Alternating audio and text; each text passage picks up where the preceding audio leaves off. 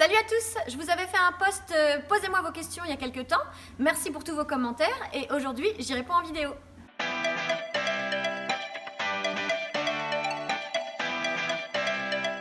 Pour répondre à Axel qui se demande comment partir au galop à partir du trot assis sans se pencher en avant, il faut en fait simplement penser que c'est le cheval qui doit partir au galop et donc dans le départ, rester assis un petit peu derrière avec les épaules, que les mains laissent passer le mouvement en avant et que ce soit au cheval de partir au galop et non pas au cavalier qui doit être tenté de se pencher avec les épaules. Au contraire, les épaules restent un peu derrière, le cheval part et après le départ est bien parti.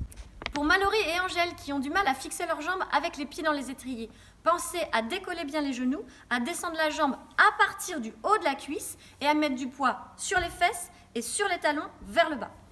Pour Manon qui a une ponette qui galope un peu vite et qui se déséquilibre du coup sur les épaules, il faut penser, si vous avez un cheval qui fait ça, à bien travailler les allures précédentes dans la décontraction. C'est-à-dire ne pas partir au galop si votre cheval il est un petit peu dur sur le contact, qui pèse un petit peu sur les rênes. Assurez-vous qu'il est léger et calme, surtout dans les allures précédentes.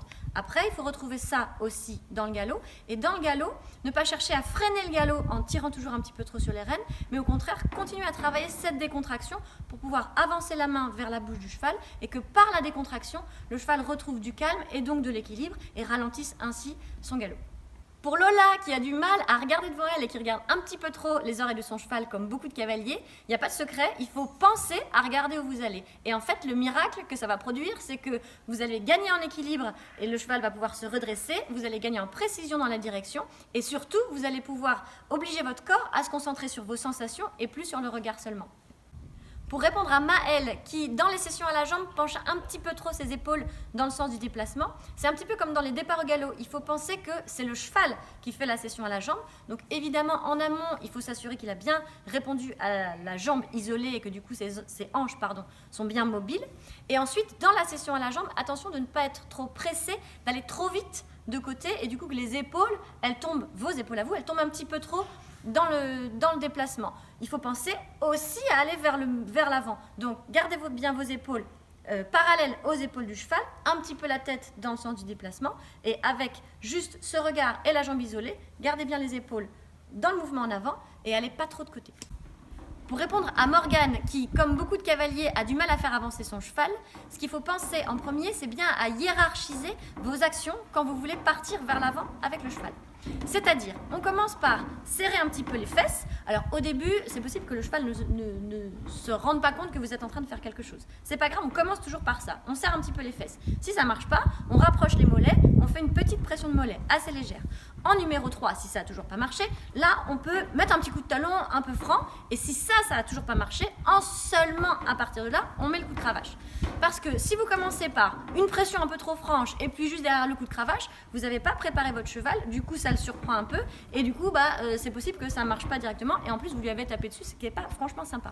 Donc obligez votre cheval et obligez-vous aussi à être plus sensible à des actions un peu plus fines. Ça va commencer donc par juste on serre un petit peu les fesses, même si au début ça ne marche pas, c'est pas grave, il faut commencer par ça pour que petit à petit le cheval il ait compris qu'il y a 4 actions qui vont s'enchaîner et que pour son bien, pour pas après finir par prendre le coup de cravache, qui n'est pas toujours sympa, il va pouvoir plus se concentrer sur la première pression de fesses qu'il est largement capable de sentir, parce qu'il sent une mouche, donc c'est capable de sentir si vous serrez les fesses.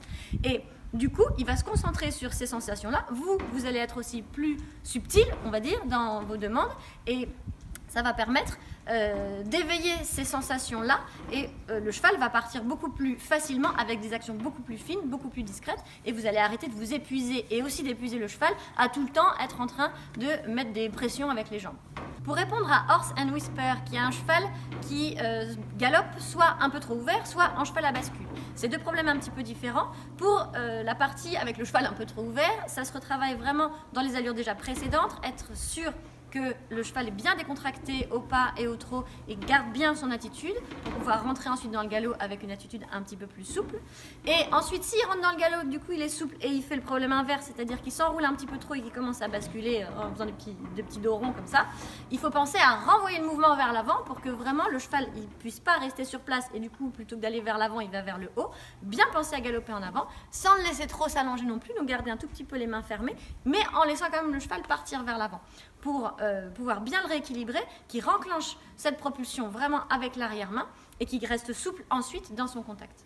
Pour répondre à Sylvie qui a du mal à tracer correctement sa serpentine 3 boucles, la première chose qu'on peut faire, c'est déjà regarder sur un petit dessin exactement où on doit passer dans la carrière. Ensuite, en situation, il faut penser en numéro 1 à évidemment regarder où on va. La deuxième chose, c'est se mettre des repères dans la carrière. Il ne faut pas hésiter à se mettre un plot, ou si vous n'avez pas de plot, une chaise, pour être sûr de passer exactement au bon endroit du tracé. Une dernière chose, c'est que la serpentine 3 boucles, c'est bien sûr l'enchaînement de 3 demi-cercles de 20 mètres. Et entre chaque demi-cercle, c'est vraiment comme des doublés dans la largeur. Donc il faut être sûr d'être perpendiculaire au grand côté, juste à cet endroit-là. Et après, enchaîner avec des grands arcs de cercle de 20 mètres, donc avec un petit peu d'incurvation, mais pas trop quand même. Pour répondre à Philippine, qui a dû arrêter son cheval quelques mois et qui le remet aujourd'hui au travail, dans un premier temps, ce qui peut être bien, c'est de commencer par un travail à pied, en longe par exemple, mais plutôt dans des grands espaces pour pas que le cheval tourne tout le temps en rond, donc faire des lignes droites dans des carrières ou des choses comme ça, pour qu'il retrouve en fait son souffle, ses sensations et qu'il reprenne un peu de condition physique déjà sans le poids du cavalier. Une fois une période de une petite semaine, 15 jours passés comme ça, ensuite évidemment on peut commencer à remonter dessus.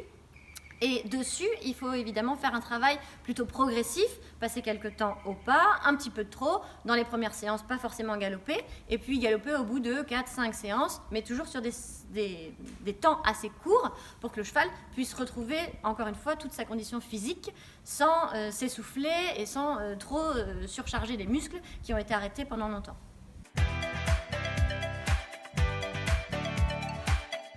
Comme beaucoup de cavaliers qui ont...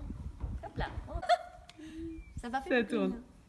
Ça tourne. Ça filme, c'est sûr hein? Là, ça filme. Parce que là, je mets une bonne.